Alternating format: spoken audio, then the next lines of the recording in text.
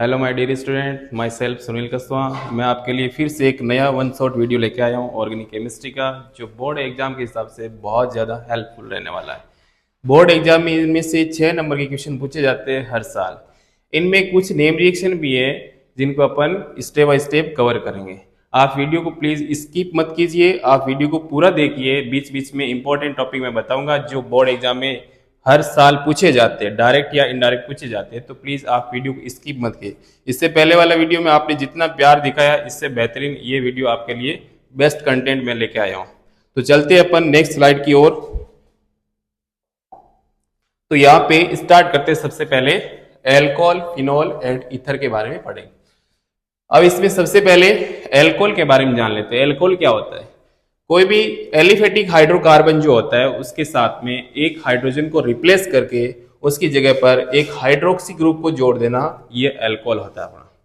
दूसरा अपन देखते हैं यहाँ पे फिनॉल के बारे में। फिनॉल में क्या होता है? एरोमेटिक हाइड्रोकार्बन, जैसे बेंजीन के बारे में अपन देखें तो बेंजीन के साथ में एक हाइड्रोजन को रिप्लेस करके उसकी जगह पर एक हाइड्रोक्सी ग्रुप अगर जोड़ देते हैं तो उसके बाद में ये फिनॉल बन जाता है अपना। अब चलते ईथर की तरफ। ईथर में क्या होता है? ईथर में ऑक्सीजन की दोनों वैलेंसी कार्बन से कंप्लीट होती है, तो बनने वाला ऑर्गेनिक कंपाउंड हमारा ईथर होता है। तो अब देखो बच्चों, नेक्स्ट चलते हैं। तो ये हो गया एल्कोहल, फिनॉल, ईथर के बाद नेक्स्ट चलते हैं इसका क्लासिफिकेशन की ओर चलते हैं। क्लासिफिकेशन में क्या होता है कि पहला जो क्लासिफिकेशन का जो बेस लेते हैं अपन, on the basis of number of hydroxy group. Hydroxy group में क्या होता है कि बहुत इजी है और इनमें से क्वेश्चन ज्यादा नहीं आते, तो इनको थोड़ा सा आप देख सकते हैं। अपन फटाफट देख लेते हैं। मोनोहाइड्रिक एल्कोहल में क्या होता है? हाइड्रोक्सी ग्रुप कितने होंगे? 1। और डाईहाइड्रिक में हाइड्रोक्सी ग्रुप कितने होंगे? 2। ट्राई हाइड्रोक्सी में हाइड्रोक्सी ग्रुप यहाँ पे 3 लगे। तो इस तरह से ये on the basis of number of hydroxy group के हिसाब से इसका क्लासिफिकेशन हो जाएगा। तो इनमें से ज्यादा कोई क्वेश्चन पूछे नहीं गए और ना ही ज्यादा पूछने वाले। तो आगे चलते हैं इंपॉर्टेंट स्लाइड की तरफ। अब नेक्स्ट आ जाओ, classification by hybridization the carbon environment. Classification इसमें करते हैं अपन पहले तो हाइड्रोक्सी ग्रुप जिस कार्बन से अटैच्ड होता है उसका हाइब्रिडाइजेशन चेक करते हैं। तो पहला अपन लेते हैं कि यहाँ पे हाइड्रोक्सी ग्रुप जिस कार्बन से अटैच्ड होता है उसका हाइब्रिडाइजेशन sp3 वाला, पहला क्लासिफिकेशन ये लेते हैं। तो यहाँ पे अपन देखते हैं कि 1 डिग्री एल्कोहल, 2 डिग्री एल्कोहल, यहाँ पे 3 डिग्री एल्कोहल। तो यहाँ पे बच्चों CH3 है, तो यहाँ पे हो जाएगा 3 डिग्री एल्कोहल हो जाएगा। अब यहाँ पे चलते अपन दूसरा एलाइलिक और बेंजाइलिक एल्कोहल के बारे में बात करते हैं। तो एलाइलिक जो एल्कोहल होता है ये वेरी वेरी इंपॉर्टेंट है, बोर्ड एग्जाम के हिसाब से स्टार मार्क कर रहा हूं मैं यहाँ पे। और बेंजाइलिक वाला भी वेरी वेरी इंपॉर्टेंट है। इनमें क्या होता है बच्चों, इनका नेम देके, कॉमन नेम देके स्ट्रक्चर पूछ लिया जाता है, या स्ट्रक्चर देके IUPAC नेम या कॉमन नेम पूछ लिया जाता है।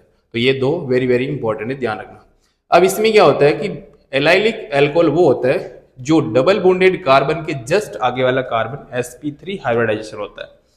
और उसमें बेंजाइलिक में क्या होता है कि एक बेंजीन रिंग के साथ में एक CH2 ग्रुप लगा रहता है, यानी sp3 वाला कार्बन उससे आगे वाला हाइड्रोक्सी ग्रुप अटैच्ड होता है। तो ये हो गया बेंजाइलिक एल्कोहल। अब चलते अपन सेकेंड, हाइड्रोक्सी ग्रुप जिस कार्बन से अटैच्ड होता है उस कार्बन का हाइब्रिडाइजेशन sp2 वाला। तो इसमें दो ही एग्जाम्पल है और दोनों एग्जाम्पल वेरी वेरी इंपॉर्टेंट है, तो ध्यान रखना बच्चों। इसमें पहला है विनाइलिक एल्कोहल। विनाइलिक एल्कोहल में क्या होता है कि कार्बन कार्बन डबल बॉन्ड से डायरेक्ट अटैच्ड होता है हाइड्रोक्सी ग्रुप, तो यहाँ पे इसको विनाइलिक एल्कोहल बोला जाता है। अब OH लगा दिया जाता है तो विनाइलिक एल्कोहल, यहाँ पे कोई हेलोजन लगा दिया जाता है तो विनाइलिक हैलाइड हो जाता है। जैसे फॉर एग्जाम्पल क्लोराइड हो गया, ब्रोमाइड हो गया, आयोडाइड हो गया। अब चलते अपन फिनॉल की तरफ। फिनॉल एक अलग उसका पढ़ेंगे, प्रिपरेशन मेथड वगैरह। अब फिनॉल में क्या होता है कि hydroxy group direct benzene ring से अटैच्ड होता है, तो ये चीज थोड़ा ध्यान रखना है। तो इस स्लाइड में मैंने बता दिया, ये वेरी वेरी इंपॉर्टेंट है। एलाइलिक, बेंजाइलिक और विनाइलिक एल्कोहल और फिनॉल तो है ही। अब चलते हैं बच्चों नोमेनकल्चर की तरफ। नोमेनकल्चर में दो ही टाइप के नोमेनकल्चर है अपने सिलेबस में, कॉमन नेम, IUPAC नेम। तो सबसे पहले अपन चलते हैं एल्कोहल का नोमेनकल्चर में। जैसे फॉर एग्जांपल आपको स्लाइड पे दिख रहा होगा कि एल्कोहल दे रखा है, उसका कॉमन नेम और IUPAC नेम अपन को देखने हैं। अब इसमें नंबर ऑफ कार्बन चेक करने, number of carbon number of carbon के हिसाब से इसका नेम हो जाएगा। तो नंबर ऑफ कार्बन इसमें 5 है, तो यहां 3 नंबर कार्बन पर हाइड्रोक्सी ग्रुप लगा है, तो इसका आईपीसी नेम क्या हो जाएगा? आईपीसी नेम हो जाएगा इसका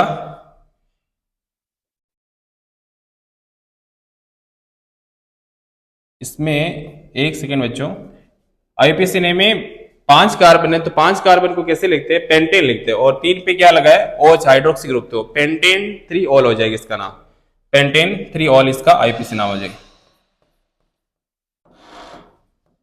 पेंटेन 3 ऑल हो जाएगा। अब उसमें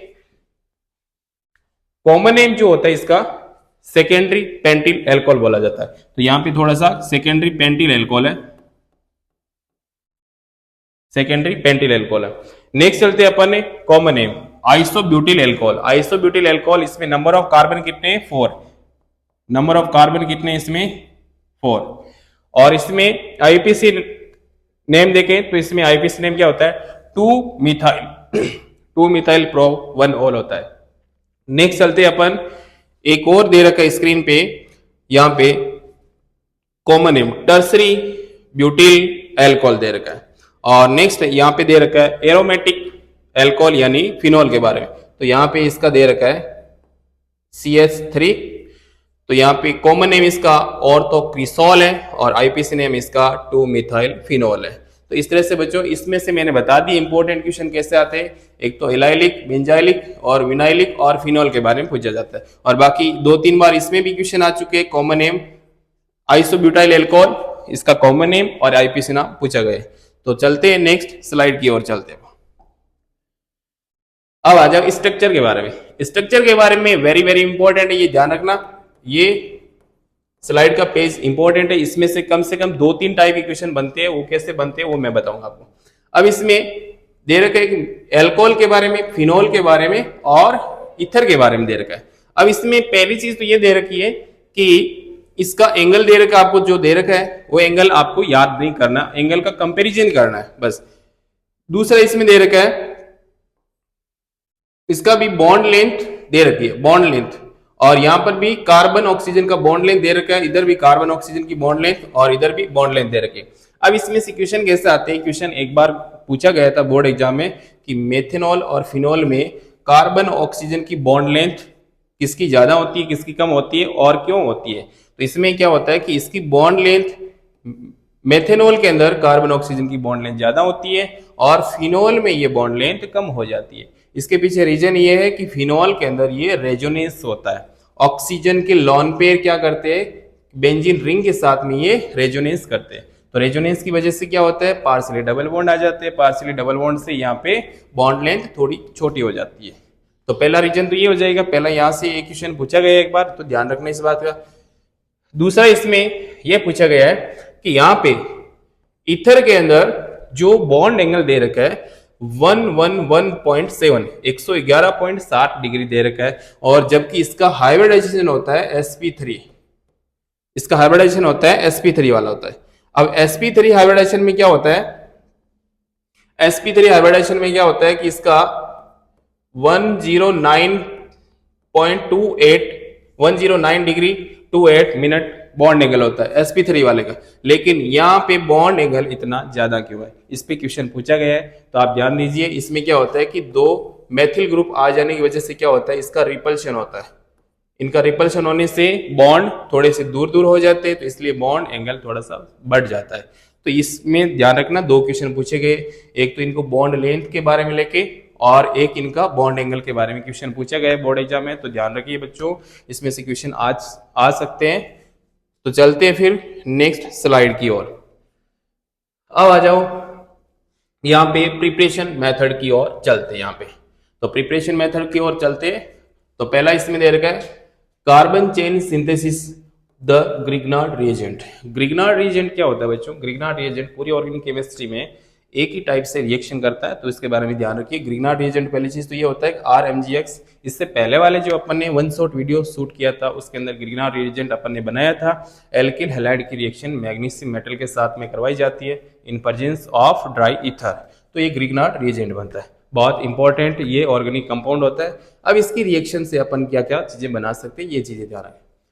तो पहला दे रखा है मैकेनिज्म, दे रखी है इसकी मैकेनिज्म वगैरह थोड़ा नहीं पूछते, इसमें सीधा ध्यान रखना कि ग्रिग्नार्ड रिएजेंट के अंदर ये वाला बॉन्ड ब्रेक होता है, ये आर और एमजी वाला बॉन्ड ब्रेक होता है। तो और एल्किल के ऊपर पार्शियली नेगेटिव चार्ज और मैग्नीशियम के ऊपर पार्शियली पॉजिटिव चार्ज आता है। तो यहाँ पे अब उसमें क्या होता है कि यहाँ पे कार्बोनिल कंपाउंड दे रखा है, कार्बोनिक कंपाउंड यहाँ पे एल्डिहाइड दे रखा है और इसकी रिएक्शन इसमें करवाइए और इसकी रिएक्शन करवाने के बाद में ये बन रहा है इस रिएक्शन का इंटरमीडिएट, और इस इंटरमीडिएट का हाइड्रोलाइसिस करवाने पर अपना फाइनल प्रोडक्ट जो बनता है वो अल्कोहल बन जाता है। तो इस तरह से अपन अल्कोहल ग्रिग्नार्ड रिएजेंट से बना सकते हैं।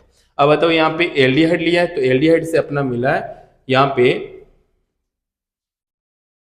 एल्डिहाइड लेने पर यहाँ पे अल्कोहल मिला, और यहाँ पे अपन ले सकते हैं कीटोन भी ले सकते हैं, फॉर्मेल्डिहाइड भी ले सकते हैं। फॉर्मेल्डिहाइड से 1 डिग्री अल्कोहल, एल्डिहाइड से 2 डिग्री अल्कोहल और कीटोन से 3 डिग्री अल्कोहल बनता है। ये चीज आप ध्यान रखिए बच्चों।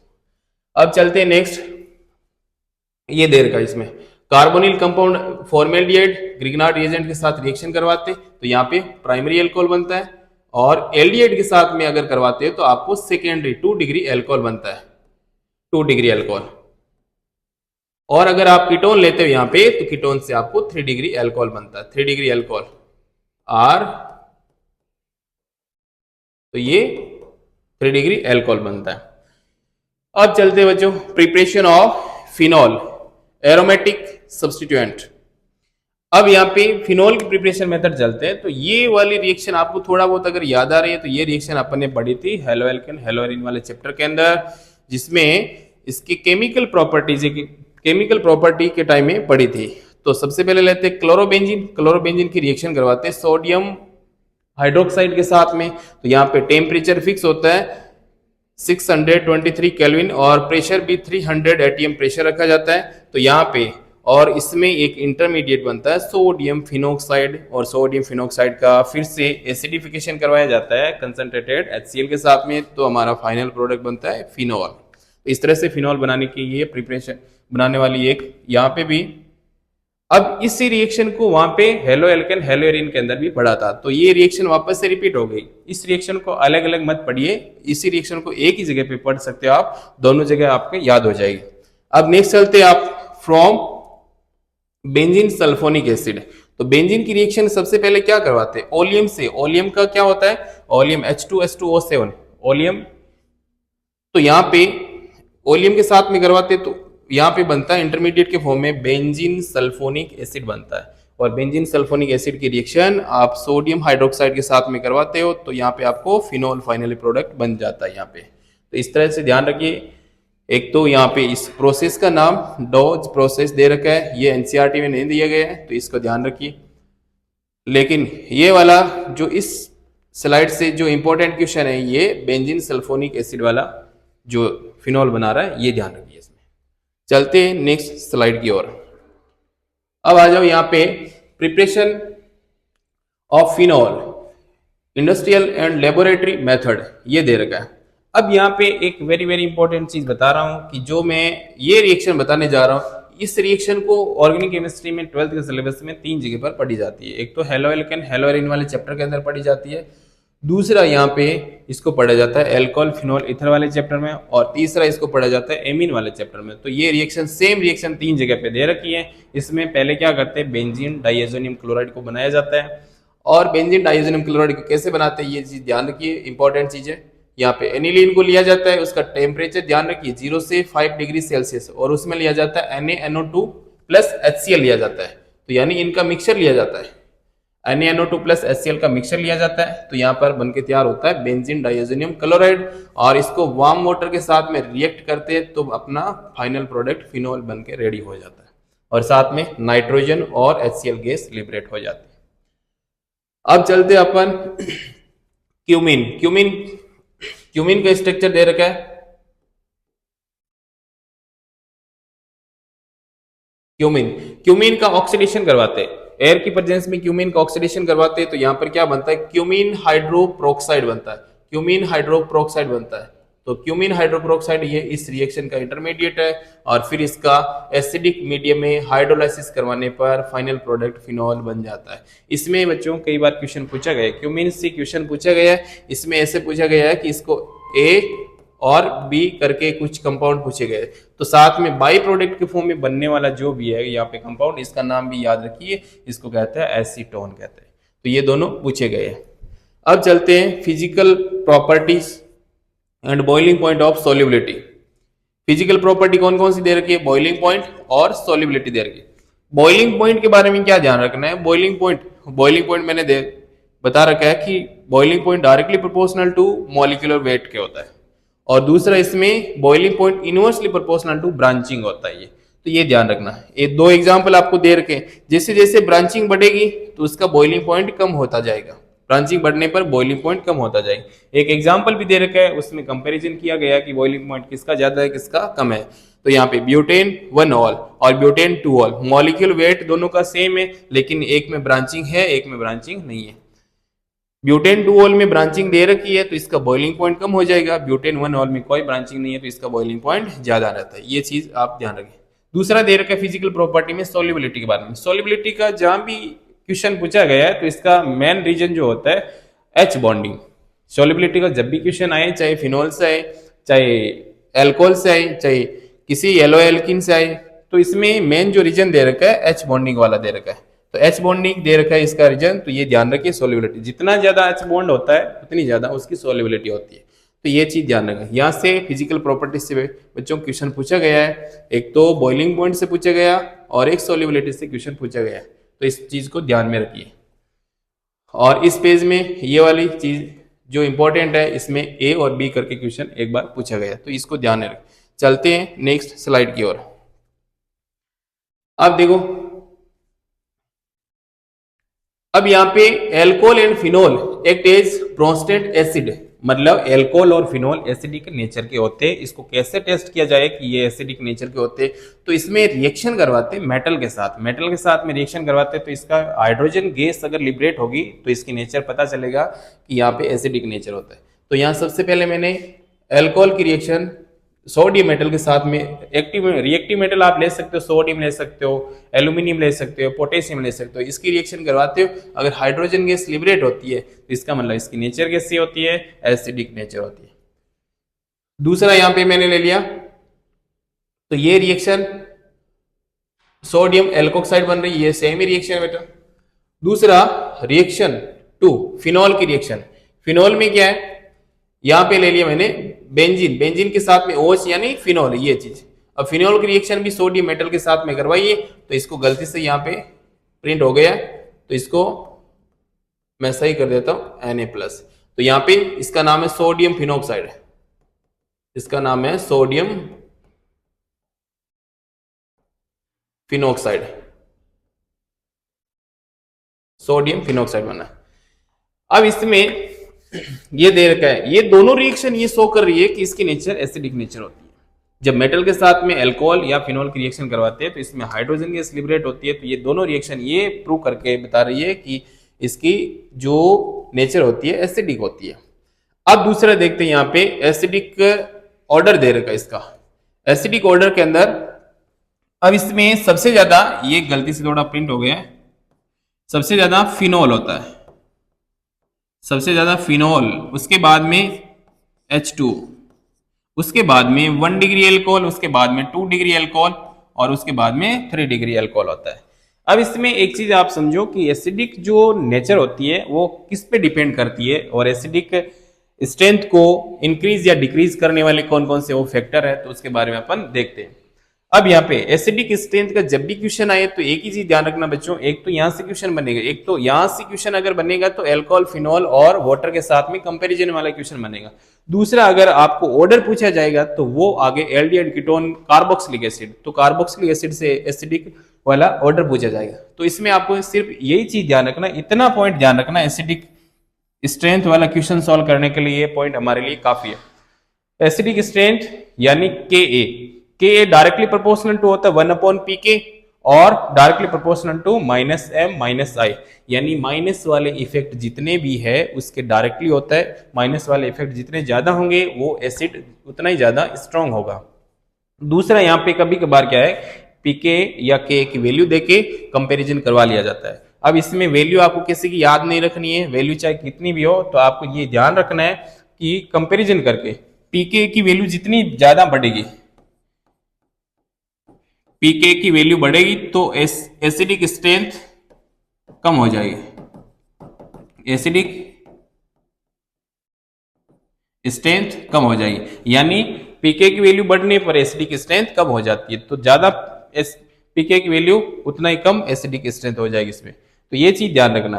अब इसमें एक चीज समझो कि इसमें जो ये ऑर्डर दे रखा है कि सबसे ज्यादा फिनॉल एसिडिक होता है, उसके बाद में वाटर होता है, उसके बाद में एल्कोहल होता है, तो ये ऐसा क्यों होता है, क्योंकि एसिड में क्या होता है कि जब H+ डोनेट करने के बाद में उसका कॉन्जुगेट स्पीसीज जो बन रही है, एसिड का कॉन्जुगेट होता है बेस, जो बेस बन रहा है, बेस जितना ज्यादा स्टेबल होगा वो एसिड उतना ज्यादा स्ट्रॉन्ग होगा। तो फिनॉल में क्या होता है कि फिनॉल जब H+ आयन डोनेट करता है, फिनॉल जब H+ आयन डोनेट करने के बाद में ये चेंज होता है फिनॉक्साइड आयन में, और फिनॉक्साइड आयन में क्या होता है कि रेजोनेंस होता है, यहां पे फिनॉक्साइड आयन में रेजोनेंस होता है, तो यहां पे बनने वाली जो स्पीसीज होती है वो रेजोनेंस की वजह से बहुत ज्यादा स्टेबल हो जाती है, तो इसलिए ये फिनॉल जो होता है सबसे ज्यादा एसिडिक होता है। उसके बाद में वाटर होता है। अब यहाँ पे एल्कोहल और वाटर में कंपेयर करें तो वाटर ज्यादा एसिडिक होता है और एल्कोहल कम होता है। वाटर में क्या होता है और एल्कोहल में देखो, अब वाटर में यहां पे आप चेक करो, हाइड्रोजन का कोई इफेक्ट नहीं लग रहा है, यहाँ पे हाइड्रोजन का आई इफेक्ट जैसे मान लो 0 है, और यहाँ पे आई इफेक्ट कितना है, I effect plus I effect लग रहा है, और प्लस वाला acidic strength directly proportional to minus I effect और inversely proportional to plus I effect लग रहा है, प्लस आई हो या प्लस एम हो, तो यहाँ पे जितना ज्यादा प्लस आई इफेक्ट होगा उतनी ज्यादा एसिडिक स्ट्रेंथ कम हो जाएगी। तो वाटर में एसिडिक स्ट्रेंथ ज्यादा होती है और एल्कोहल में कम होती है। इसका रीजन समझ में आया। चलते अपन नेक्स्ट स्लाइड की ओर। अब यहां पे देखो जनरल रिएक्शन दे रखी है यहाँ पे, एस्टरिफिकेशन। एस्टरिफिकेशन का मतलब होता है एस्टर का फॉर्मेशन। एस्टर का फॉर्मेशन, एस्टर का फॉर्मेशन के लिए आपको क्या करना पड़ेगा, कार्बोक्सिलिक एसिड और उसके साथ में रिएक्शन करवा दो एल्कोहल या फिनॉल की रिएक्शन, तो बनने वाला जो प्रोडक्ट होगा वो हमारा एस्टर हो जाएगा। तो एस्टर को ऐसे लिख सकते हैं अपन, CH3 COO CH3, तो ये एस्टर हो जाएगी। अब इसमें क्या होता है, ये एसिडिक मीडियम में रिएक्शन होती है, ये बच्चों ध्यान रखना, एसिडिक मीडियम में रिएक्शन होती है, तो ये हमारा एस्टर बनके रेडी हो जाता है इसमें। तो एस्टर का जब भी प्रिपरेशन करना हो कार्बोक्सिलिक एसिड की रिएक्शन करवा दो एल्कोहल के साथ में, तो आपका एस्टर बन जाएगा। अब इसमें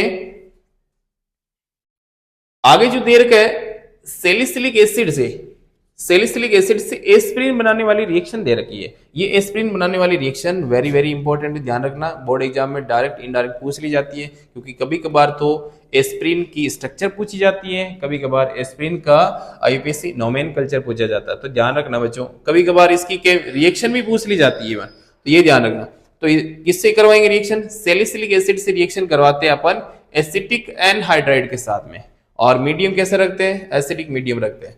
तो यहाँ पे एस्टर बनके रेडी, एस्पिरिन बनके रेडी हो जाता है। यहाँ एक ऑक्सीजन एक्स्ट्रा आ गया, तो ये इस तरह से बॉन्ड ध्यान रखना, और इसका नाम क्या है, एसिटिल सैलिसिलिक एसिड, और इसका कॉमन नेम एक फेमस है एस्पिरिन बोलते हैं। अब साथ में बन रहा है एसिटिक एसिड, तो इसका बाई प्रोडक्ट ज्यादा यूज नहीं है, तो मेन प्रोडक्ट इसका ध्यान रखना एस्पिरिन, ये चीज आप ध्यान में रखें। अब चलते हैं रिएक्शन समरी मैप की तरफ। रिएक्शन समरी मैप में अपन क्या क्या रिएक्शन पढ़ी है वो चीजें देख लेते हैं।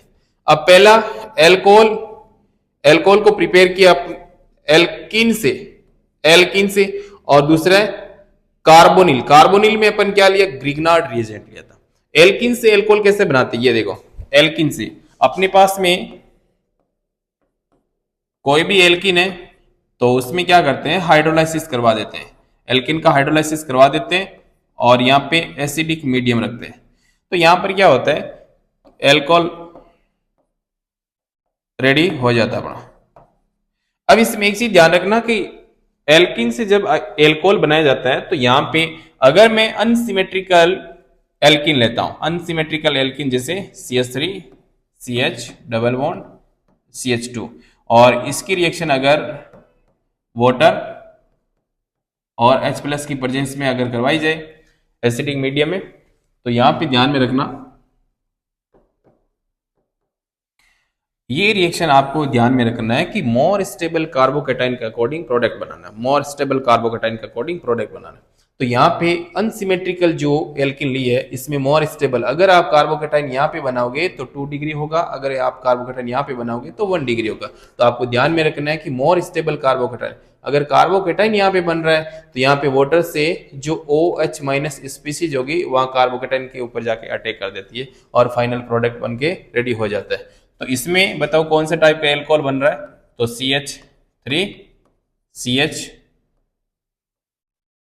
CH और CH3, तो 2 डिग्री एल्कोहल बन के रेडी हो जाता है। तो ध्यान रखना बच्चों, एल्किन से जब भी आप एल्कोहल बनाओगे तो इसमें ध्यान रखना कि मोर स्टेबल कार्बोकेटाइन के अकॉर्डिंग ही आपको एल्कोहल बनाना है, और अनसिमेट्रिकल में कोई दिक्कत ही नहीं है, और हाइड्रोक्सी ग्रुप चाहे बाहर वाले कार्बन पे चाहे बीच वाले कार्बन पे लगाओ। तो ये हो गया ग्रिग्नार्ड रिएजेंट से एल्कोहल बनाने वाले अभी पढ़े थे अपन ने। और एल्कोहल की रिएक्शन वापस से सोडियम मेटल के साथ में करवाते हैं तो बनता है एल्कोक्साइड, सोडियम एल्कोक्साइड बन रहा है। दूसरा यहाँ पे एस्टरिफिकेशन में एस्टर का फॉर्मेशन करवाया था, एल्कोहल को कार्बोक्सिलिक एसिड के साथ में रिएक्ट करवाया था तो एस्टर का फॉर्मेशन हुआ था यहाँ पे। तो ये सारी रिएक्शन वापस से बता दी इसमें। दूसरा चलते हैं अपन फिनॉल की तरफ। फिनॉल की प्रिपरेशन मेथड हेलोएरिन से, पहले सबसे पहले हेलोएरिन से, और उसके बाद में बेंजीन सल्फोनिक एसिड वाला, बेंजीन सल्फोनिक एसिड, और नेक्स्ट है डाइएजोनियम सोल्ट। डाइएजोनियम सोल्ट की रिएक्शन मैंने बताई ऑर्गेनिक केमिस्ट्री में 3 जगह पढ़ी जाती है, एक हेलोएल्केन हेलोएरिन वाले चैप्टर, एक एल्कोहल फिनॉल ईथर, और एक एमीन वाले चैप्टर में पढ़ा जाता है। तो डाइएजोनियम सॉल्ट जो बनाते हैं अपन उसको एक ही जगह याद रख लेना। और नेक्स्ट दे रखा है क्यूमिन। क्यूमिन इन चारों में अगर इंपॉर्टेंट है तो क्यूमिन है, क्यूमिन से क्वेश्चन पूछा ही जाता है। एक तो इसमें क्यूमिन में जो क्यूमिन से एल्कोहल बनाने वाले जो मेथड है, एल्कोहल के साथ बनने वाला बाई प्रोडक्ट का नाम पूछ लिया जाता है जो होता है एसीटोन। अब चलते हैं इसके केमिकल प्रॉपर्टी के बारे में। तो यहाँ पे मेटल के साथ में रिएक्शन करवाते हैं तो सोडियम फिनोक्साइड बनता है, और दूसरा एस्पिरिन बनाने वाली रिएक्शन आपको बता दी। तो इसमें ये चीज ध्यान में रखना। चलते हैं नेक्स्ट स्लाइड की ओर। यहां पे अब इसमें ऑर्गेनिक रिएक्शन सीरीज दे रखी है, एल्कोहल एंड फिनॉल की दे रखी है। अब इसमें पहले दे रखा है 1 डिग्री या प्राइमरी एल्कोहल, और दूसरे यहां पे फिनॉल दे रखा है। अब फिनॉल और 1 डिग्री एल्कोहल का यहाँ पीके की वैल्यू दे रखी है। पीके की वैल्यू बच्चों कभी नहीं पूछी जाती, आपको याद नहीं रखने, सिर्फ कंपैरिजन किया जाता है, तब ध्यान में रखना है पीके की वैल्यू जितनी ज्यादा होगी एसिडिक स्टेट उतनी कम हो जाएगी। तो यहाँ पे दे रखा है। अब दूसरा यहाँ पे मैकेनिज्म दे रखा है CO बॉन्ड क्लीवेज वाला, CO बॉन्ड कार्बन और ऑक्सीजन बॉन्ड क्लीवेज वाली मैकेनिज्म दे रखी है। तो यहाँ पे देखो केमिकल प्रॉपर्टी पढ़ रही है अपन यहाँ पे, तो रिएक्शन विद HX के साथ में, HX के साथ में रिएक्शन कराओगे तो यहाँ पे एल्किल हैलाइड फिर से बनेगा। तो यहाँ पे एल्कोहल की रिएक्शन अगर हाइड्रोजन हैलाइड से करवाओगे तो यहाँ पे एल्किल हैलाइड बन के रेडी हो जाएगा। यहाँ पे दूसरा यहाँ पे दे रखा है कि वेरी वेरी इंपॉर्टेंट चीज यहाँ पे दे रखी है ल्यूकास रिएजेंट या ल्यूकास टेस्ट दे रखा है। ल्यूकास रिएजेंट क्या होता है, anhydrous zinc chloride ZnCl2 plus concentrated HCl होता है, ये ल्यूकास रिएजेंट होता है। अब इसमें ल्यूकास रिएजेंट कैसे करते हैं, distinguish between 1 degree 2 degree and 3 degree alcohol, यानी 1 डिग्री 2 डिग्री और 3 डिग्री एल्कोहल में विभेद करने में काम में लिए जाते हैं ल्यूकास रिएजेंट। अब इसमें क्या होता है कि इसमें ल्यूकास रिएजेंट की जब रिएक्शन करवाई जाती है तो यहां पर भी कार्बोकेटाइन का फॉर्मेशन होता है। तो आपको पता है कार्बोकेटाइन 3 डिग्री ज्यादा स्टेबल होता है, उसके बाद में 2 डिग्री और लास्ट 1 डिग्री कार्बोकेटाइन। तो ज्यादा स्टेबल कार्बोकेटाइन वाली रिएक्शन ज्यादा फास्ट होती है। तो इसमें 1 डिग्री 2 डिग्री 3 डिग्री एल्कोहल में सबसे ज्यादा फास्ट रिएक्शन कौन सा देगा, 3 डिग्री एल्कोहल। तो इसकी जब भी रिएक्शन करवाई जाती है तो 3 डिग्री वाला एल्कोहल में क्या होता है कि रिएक्शन तुरंत हो जाती है, इसमें बहुत फास्ट रिएक्शन होती है। और 2 डिग्री में 5 मिनट का टाइम लगता है, लगभग 5-1 मिनट का, और 1 डिग्री में रिएक्शन इतनी स्लो होती है कि रिएक्शन हो ही नहीं पाती है रूम टेम्परेचर पर। तो इसको करवाने के लिए थोड़ा सा एक्स्ट्रा टेम्परेचर देना पड़ेगा। अब यहाँ पे नेक्स्ट दे रखा है reaction with phosphorus ट्राइहेलाइड and pentahalide. Phosphorus ट्राइहेलाइड और पेंटाहेलाइड की reaction halo alkane hello arene वाले चैप्टर में अपन ने पढ़ी थी, तो ये वापस से रिएक्शन आ गई। तो इस बहुत सारी रिएक्शन रिपीट होती है, तो इनको थोड़ा ध्यान में रखें। अब दे रखा है dehydration of alcohol. Dehydration of alcohol यहां से एक बार क्वेश्चन पूछा गया बोर्ड एग्जाम में, 2 साल पहले की बात है। अब इसमें क्या होता है कि इसमें टेम्परेचर का बहुत बड़ा रोल होता है।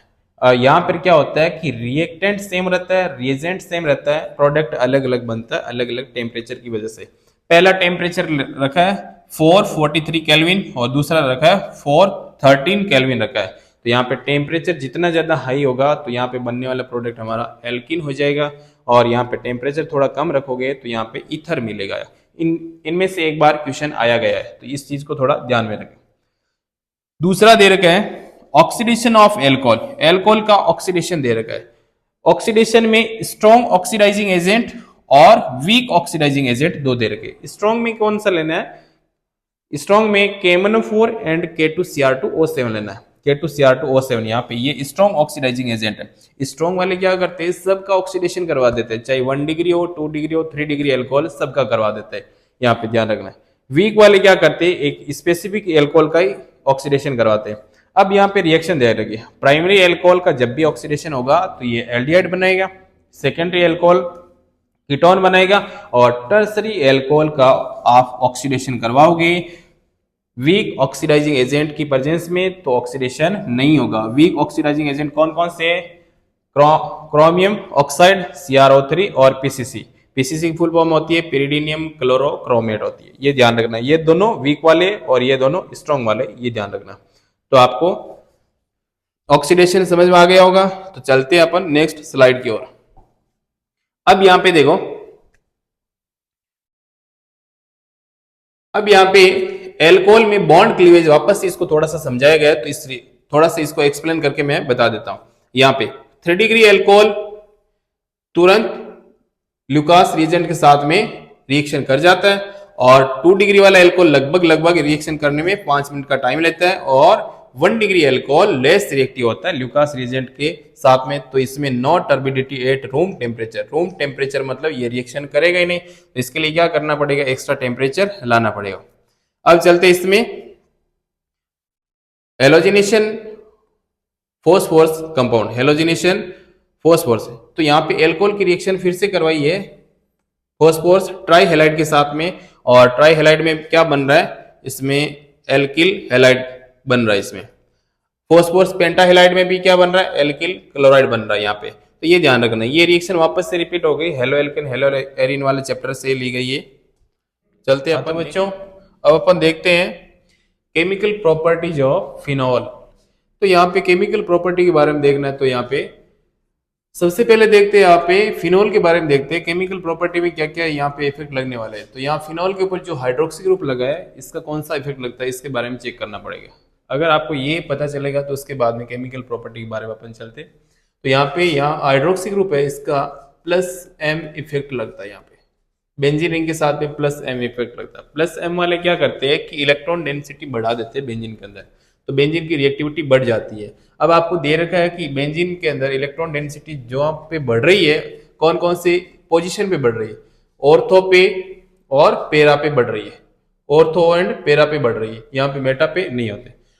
अब यहाँ पे देखना है कि पहली केमिकल रिएक्शन यहाँ पे करवाते हैं कि नाइट्रेशन ऑफ फिनॉल। तो नाइट्रेशन ऑफ फिनॉल में क्या करना है कि यहाँ पे नाइट्रेशन करवाते हैं, तो यहाँ पे 2 टाइप के एसिड लेते हैं। 2 टाइप मतलब इसका जो स्ट्रेंथ है 2 टाइप की होती है। एक तो डाइल्यूट HNO3 के साथ में रिएक्शन करवाते हैं, और दूसरा कंसंट्रेटेड HNO3 के साथ में रिएक्शन करवाते हैं। तो यहाँ से दोनों से क्वेश्चन पूछे गए बोर्ड एग्जाम में, अलग अलग टाइप से पूछे गए। डाइल्यूट के टाइम में कौन सा प्रोडक्ट बन रहा है, और कंसंट्रेट के टाइम में कौन सा बन रहा है। तो एक बार तो यहाँ पे इसका नेम पूछ लिया गया था, पिक्रिक एसिड। तो पिक्रिक एसिड फॉर्मेशन कैसे होता है, फिनॉल की रिएक्शन कंसंट्रेटेड HNO3 के साथ में करवाते हैं, तो यहाँ पे पिक्रिक एसिड बनता है। इसका IUPAC नेम क्या है, 2,4,6 ट्राई नाइट्रोफिनॉल दे रखा, IUPAC नाम। तो यहाँ पे देखो डाइल्यूशन में क्या होता है, डाइल्यूशन में इसकी स्ट्रेंथ कम हो जाती है, एसिड की स्ट्रेंथ कम हो जाती है, तो यहाँ पे ऑर्थो एंड पेरा का मिक्सचर प्राप्त होता है, ऑर्थो एंड पेरा का मिक्सचर बनता है। अब इसमें एक तो ये क्वेश्चन आता है डाइल्यूशन की रिएक्शन में बनने वाले प्रोडक्ट और दूसरा इन दोनों से एक क्वेश्चन आता है कि यहाँ पे दोनों को सेपरेट कैसे किया जा सकता है। तो आपको ध्यान में रखना है कि ये ज्यादा वोलेटाइल होता है और ये कम वोलेटाइल होता है, ये ज्यादा वाष्पशील, ये कम वाष्पशील होते हैं। तो इसमें ध्यान में रखना है कि यहाँ पे इसमें जो बनता है इंट्रामोलिकुलर एच बॉन्ड बनता है और इनमें बनता है इंटरमोलिकुलर एच बॉन्ड बनता है। तो इनका दोनों का रिएक्शन मेन रीजन जो है ज्यादा वोलेटाइल होने का इंट्रामोलिकुलर हाइड्रोजन बॉन्ड और यहाँ पे इंटरमोलिकुलर हाइड्रोजन बॉन्ड बनता है। इनमें से ध्यान रखना है कि डाइल्यूट में सिर्फ मिक्सचर प्राप्त होता है और कंसंट्रेट में सिर्फ एक ही टाइप का प्रोडक्ट बनता है जिसको बोलते हैं पिक्रिक एसिड, इसका केमिकल नाम है और बहुत एसिडिक होता है ये। चलते हैं नेक्स्ट स्लाइड की ओर।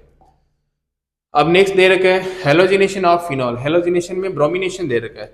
ब्रोमिनेशन भी दो टाइप के दे रखे हैं यहाँ पे, एक तो नॉन पोलर सॉल्वेंट के साथ में ब्रोमीन और दूसरा पोलर सॉल्वेंट के साथ में ब्रोमीन। तो नॉन पोलर में क्या होता है, रिएक्टिविटी इसकी कम हो जाती है। तो रिएक्टिविटी कम होती है जहाँ पे वहां पे प्रोडक्ट का मिक्सचर प्राप्त होता है। तो यहाँ पे कौन कौन सा मिक्सचर बना, यहाँ ऑर्थो ब्रोमोफिनॉल और यहाँ पे पेरा ब्रोमोफिनॉल, ये मेजर होता है। जनरली क्या होता है कि पेरा वाला ज्यादा मेजर होता है, कभी कभार छोड़ के ऑर्थो वाला मेजर होता है। दूसरा दे रखा है Kolbe reaction. Name reaction very very important है, नेम रिएक्शन ध्यान में रखना। कॉल्ब रिएक्शन में क्या करते हैं, फिनॉल की सबसे पहले रिएक्शन करवाते हैं सोडियम हाइड्रोक्साइड में, फिर इसका सोल्ट बनाया जाता है सोडियम फिनोक्साइड। सोडियम फिनोक्साइड के बाद में इसकी रिएक्शन करवाते हैं कार्बन डाइऑक्साइड के साथ में और कार्बन डाइऑक्साइड का जो प्रोडक्ट बनेगा फिर सेकेंड टाइप में इसकी रिएक्शन करवाते हैं एसिड के साथ में, तो बनता है यहाँ पे सैलिसिलिक एसिड बनता है। तो ये ध्यान रखना। कॉल्वे इलेक्ट्रोलाइसिस में क्या बनता है, कॉल्वे इलेक्ट्रोलाइसिस में क्या बनता है, इसमें सैलिसिलिक एसिड बनता है। तो ये सैलिसिलिक एसिड की स्ट्रक्चर है, ध्यान में रखना इसको। और इसका आईयूपीसी नेम है 2 हाइड्रोक्सी बेंजोइक एसिड है। आईयूपीसी नाम और कॉमन नेम दोनों ध्यान में रखना। तो कॉल्वे सिंथेसिस हो गया। अब चलते हैं नेक्स्ट स्लाइड की ओर। अब यहाँ पे आता है हर बार एक ना एक साल इसको पूछा ही जाता है डायरेक्ट या इनडायरेक्ट, राइमर टिमान रिएक्शन। राइमर टिमान में क्या करना है कि फिनॉल की रिएक्शन करवाई जाती है क्लोरोफॉर्म के साथ में in presence of basic medium. Basic medium में NaOH ले लिया जाता है। तो यहाँ पे एक कॉम्प्लेक्स बनता है, इंटरमीडिएट के फॉर्म में कॉम्प्लेक्स बन रहा है। अब इस कॉम्प्लेक्स के फिर से आप रिएक्शन करवाओगे NaOH के साथ में, तो यहाँ पे आपका फाइनल जो प्रोडक्ट बन रहा है सैलिसैल्डिहाइड बन रहा है, सैलिसैल्डिहाइड। और इसका आईयूपीसी नाम है 2 हाइड्रोक्सी बेंजेल्डिहाइड, 2 हाइड्रोक्सी बेंजेल्डिहाइड। अब इसमें राइमर टिमान रिएक्शन में एक चीज तो ये ध्यान रखना है कि यहाँ पे एक इंटरमीडिएट बन रहा है और फाइनल प्रोडक्ट जो है इसका कई बार तो आईयूपीसी नेम पूछ लेते हैं, कई बार इसका कॉमन नेम, कई बार इसकी स्ट्रक्चर पूछ ली जाती है। तो ये ध्यान रखना। अब इसमें अगर आपने फिनॉल की रिएक्शन ये करवाई है, क्लोरोफॉर्म ले लिया और क्लोरोफॉर्म की जगह आपने CCl4 ले लिया, CCl4 ले लिया और बाकी चीजें सेम रखी है NaOH, तो यहाँ पे सैलिसैल्डिहाइड की जगह बनने वाला प्रोडक्ट आपको हो जाएगा सैलिसिलिक एसिड हो जाएगा। ये भी ध्यान में रखना है। कॉल्बे सिंथेसिस के अलावा यहाँ से आप सैलिसिलिक एसिड बना सकते हो। तो यहाँ पे सैलिसिलिक एसिड ये ऐसे भी बनाया जा सकता है। यहां से एक रिएक्शन पूछी जाती है जिंक मेटल के साथ में रिएक्शन, यानी removal of oxygen is called reduction, यानी ये रिड्यूसिंग एजेंट है जिंक और फिनॉल का रिडक्शन करने के बाद में यहाँ पर बेंजीन बनता है। जिंक डस्ट लेते हैं, यहाँ पे जिंक डस्ट ली जाती है तो यहाँ पे बेंजीन बन जाता है। और लास्ट रिएक्शन जो दे रखी है oxidation of phenol. Oxidation of phenol, oxidation phenol किसकी प्रेजेंस में करवाते हैं, ऑक्सीडाइजिंग एजेंट कौन है, यहाँ पे ऑक्सीडाइजिंग एजेंट है यहाँ पे सोडियम डाइक्रोमेट, सोडियम डाइक्रोमेट और कंसंट्रेटेड H2SO4 के साथ में रिएक्शन, तो बनने वाला प्रोडक्ट होता है बेंजोक्विनोन। तो बेंजोक्विनोन ये ध्यान रखना, ये केमिकल प्रॉपर्टी कंप्लीट होती है यहाँ पे फिनॉल की।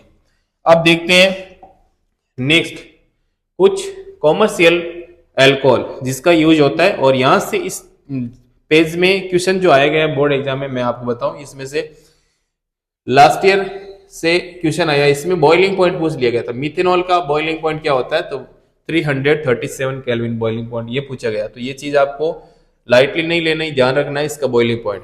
अब मिथेनॉल का बॉइलिंग पॉइंट इतना, तो इथेनॉल का बॉइलिंग पॉइंट ज्यादा होना चाहिए क्योंकि boiling point directly proportional to होता है मॉलिक्यूल वेट। तो इसका मॉलिक्यूल वेट ज्यादा तो बॉइलिंग पॉइंट इसका ज्यादा हो जाएगा। एक तो यहां से क्वेश्चन पूछा गया था इसका बॉइलिंग पॉइंट से लेके, और दूसरा क्वेश्चन यहाँ पे पूछा गया था कि जब आप इथेनॉल बनाते हो तो यहाँ पे ग्लूकोज या फ्रक्टोज ले सकते हो। और कौन सा एंजाइम का यूज करते हो, तो यहाँ पे जाइमेज एंजाइम यूज करते हैं, जाइमेज एंजाइम का यूज करते हैं। जब सुक्रोज को ग्लूकोज और फ्रक्टोज में ब्रेक किया जाता है तो कौन सा एंजाइम, इनवर्टेज एंजाइम। तो इन एंजाइम का नाम ध्यान रखना, ये इंपॉर्टेंट है, कई ना कई बार पूछा गया है। तो यहाँ से इस बेसिक क्वेश्चन, एक तो इसको बॉइलिंग पॉइंट से और एक इन एंजाइम को लेके क्वेश्चन पूछा गया है। तो चलते हैं अपन लास्ट चैप्टर की समरी की ओर। तो यहाँ पे रिएक्शन डिहाइड्रेशन, तो डिहाइड्रेशन का मतलब होता है वाटर मॉलिक्यूल बाहर निकलना। तो यहाँ पे डिहाइड्रेशन किसकी प्रेजेंस में करवाते हैं, तो कंसंट्रेटेड H2SO4 की प्रेजेंस में करवाते हैं। टेम्परेचर अलग अलग लेने पर अपना प्रोडक्ट अलग अलग बनेगा। हाई टेम्परेचर पर एल्किन और लो टेम्परेचर पर ईथर बनता है। तो यहाँ पे ये देखना, ल्यूकास टेस्ट, ल्यूकास टेस्ट के लिए ल्यूकास रिएजेंट लेना पड़ेगा। ल्यूकास रिएजेंट होता है anhydrous ZnCl2 plus concentrated HCl होता है। अब यहाँ पे बताया था मैंने, क्योंकि ये कार्बोकेटाइन पर डिपेंड कर रहा है, कार्बोकेटाइन ज्यादा स्टेबल होता है तो रिएक्शन फास्ट होती है। 3 डिग्री एल्कोहल में कार्बोकेटाइन मोर स्टेबल होता है तो यहाँ पे रिएक्शन फास्ट होती है। 1 डिग्री कार्बोकेटाइन कम स्टेबल होता है तो रिएक्शन बहुत स्लो होती है यहाँ पे। तो रिएक्शन करवाने के लिए 1 डिग्री हीट, एक्स्ट्रा हीट चाहिए अपन को यहाँ पे। और 3 डिग्री अल्कोहल बहुत फास्ट रिएक्शन कर जाता है, टर्बिडिटी बन जाती है यहाँ पे रिएक्शन। नेक्स्ट है यहाँ पे नाइट्रेशन ऑफ फिनॉल। नाइट्रेशन में डाइल्यूट और कंसंट्रेटेड HNO3 के साथ में करवाई जाती है। तो डाइल्यूट में मिक्सचर बनता है, ऑर्थो एंड पैरा मिक्सचर बनता है, लेकिन कंसंट्रेटेड में पिक्रिक एसिड बनता है और एक ही टाइप का होता है। दूसरा halogenation of phenol. Halogenation of phenol में एक नॉन पोलर या लेस पोलर जो अपन सॉल्वेंट लेते हैं CS2 कार्बन डाइसल्फाइड, और दूसरा लेते हैं वाटर। और हेलोजिनेशन में अपना जो सिलेबस में ब्रोमिनेशन दे रखा है, तो ब्रोमीन की रिएक्शन करवाते हैं, एक तो नॉन पोलर CS2 के साथ में मिला के, दूसरा लेते हैं वाटर के साथ में ब्रोमीन को मिला के रिएक्शन करवाई जाती है। तो जब नॉन पोलर लेते हैं तो मिक्सचर बनेगा, ऑर्थो एंड पैरा मिक्सचर बनेगा नॉन पोलर के साथ में। और जब पोलर लेते हैं तो पोलर में क्या होता है कि सारी की सारी ब्रोमीन दोनों ऑर्थो पोजीशन और एक पैरा पोजीशन पर यहाँ पे अटैच हो जाती है, फिर फाइनल प्रोडक्ट बन जाता है 2,4,6 ट्राई ब्रोमोफिनॉल बन जाता है। लास्ट अपन देखते हैं राइमर टिमान रिएक्शन। राइमर टिमान रिएक्शन में ये रिएजेंट ध्यान में रखना, क्लोरोफॉर्म प्लस NaOH लेना है, और इसमें बनने वाला जो कंपाउंड होता है सेलिसिल्डिहाइड बनता है, सेलिसिल्डिहाइड, या इसको बोलते हैं 2 हाइड्रोक्सी बेंजल्डिहाइड बोलते हैं। अब इसमें एक रिएक्शन में आपको और बता रहा हूं, इसमें Friedel craft reaction FCR, Friedel craft reaction of phenol की बता रहा हूं। तो यहाँ पे फ्रीडल क्राफ्ट 2 टाइप की रिएक्शन होती है, फ्रीडल क्राफ्ट 2 टाइप की होती है। पहली रिएक्शन होती है Friedel craft alkylation. Friedel craft alkylation में एल्किल हैलाइड की रिएक्शन करवाई जाती है फिनॉल के साथ में, और यहाँ पे जो कैटलिस्ट लिया जाता है एनहाइड्रस AlCl3 लिया जाता है। अब यहाँ पे आपको क्या करना है, ये क्या करेगी, यहां से बॉन्ड ब्रेक होगा, और बॉन्ड ब्रेक होने के बाद में अपना इलेक्ट्रोफाइल जनरेट होगा। और इलेक्ट्रोफाइल आपको पता है कि फिनॉल के अंदर कहां कहां पे जाके अटैक करता है, एक ऑर्थो पे और एक पैरा पे अटैक करता है। क्यों, क्योंकि इसमें जब ये रेजोनेंस करता है तो ऑर्थो एंड पैरा के ऊपर क्या होता है, इलेक्ट्रॉन डेंसिटी ज्यादा रहती है, तो यहाँ पे अटैक करता है। तो यहाँ पे बनने वाला प्रोडक्ट मैं बता देता हूं, फ्रीडल क्राफ्ट एल्काइलेशन में एक तो ऑर्थो वाला और दूसरा बनेगा पैरा वाला। अब आप ही बता दो इसमें मेजर कौन सा होता है, जनरली पैरा वाला मेजर होता है। तो पहला हो गया फ्रीडल क्राफ्ट एल्काइलेशन। दूसरा लेता हूं मैं Friedel craft acetylation. Friedel craft acetylation, alkylation में एल्किल हैलाइड लेते हैं और एसिटाइलेशन में एसिटिल हैलाइड लेते हैं, बस इतना फर्क है, बाकी चीजें सेम है। तो यहाँ पे दूसरा एसिटिल हैलाइड मतलब एसिटिल क्लोराइड ले लिया मैंने यहाँ पे, और यहाँ पे बाकी चीजें मैंने सेम रखी, एनहाइड्रस AlCl3। तो यहां पे बन रहा है फिर से वही ऑर्थो एंड पैरा प्रोडक्ट बन रहा है। एक तो बन रहा है ऑर्थो प्रोडक्ट, इसका नाम है ortho hydroxy acetophenone, ortho hydroxy acetophenone, और दूसरा इसमें बन रहा है पैरा हाइड्रोक्सी एसिटोफिनॉन बन रहा है। ध्यान रखना बच्चों कि जब भी आप फ्रीडल क्राफ्ट करवाओगे तो फ्रीडल क्राफ्ट में एक ऑर्थो दूसरा पैरा प्रोडक्ट मिलेगा। अब मैं आपको अगर बात बताऊं इसमें, तो जब भी आप बेंजीन के साथ में ऐसा ग्रुप लगाओ जिसका प्लस एम इफेक्ट लग रहा हो, उसके साथ में FCR करवाओगे फ्रीडल क्राफ्ट, तो सब में सेम ही टाइप का प्रोडक्ट बन रहा है, एक ऑर्थो वाला एक पैरा वाला बन रहा है। तो चलो बच्चों, थैंक यू बच्चों, ध्यान रखना इस वीडियो को आप पूरा देखिए, लास्ट तक जरूर देखिए। आप ज्यादा से ज्यादा इस वीडियो को शेयर कीजिए ताकि उन बच्चों तक ये वीडियो पहुंच सके जो कोचिंग अफोर्ड नहीं कर सकते। थैंक यू बच्चों।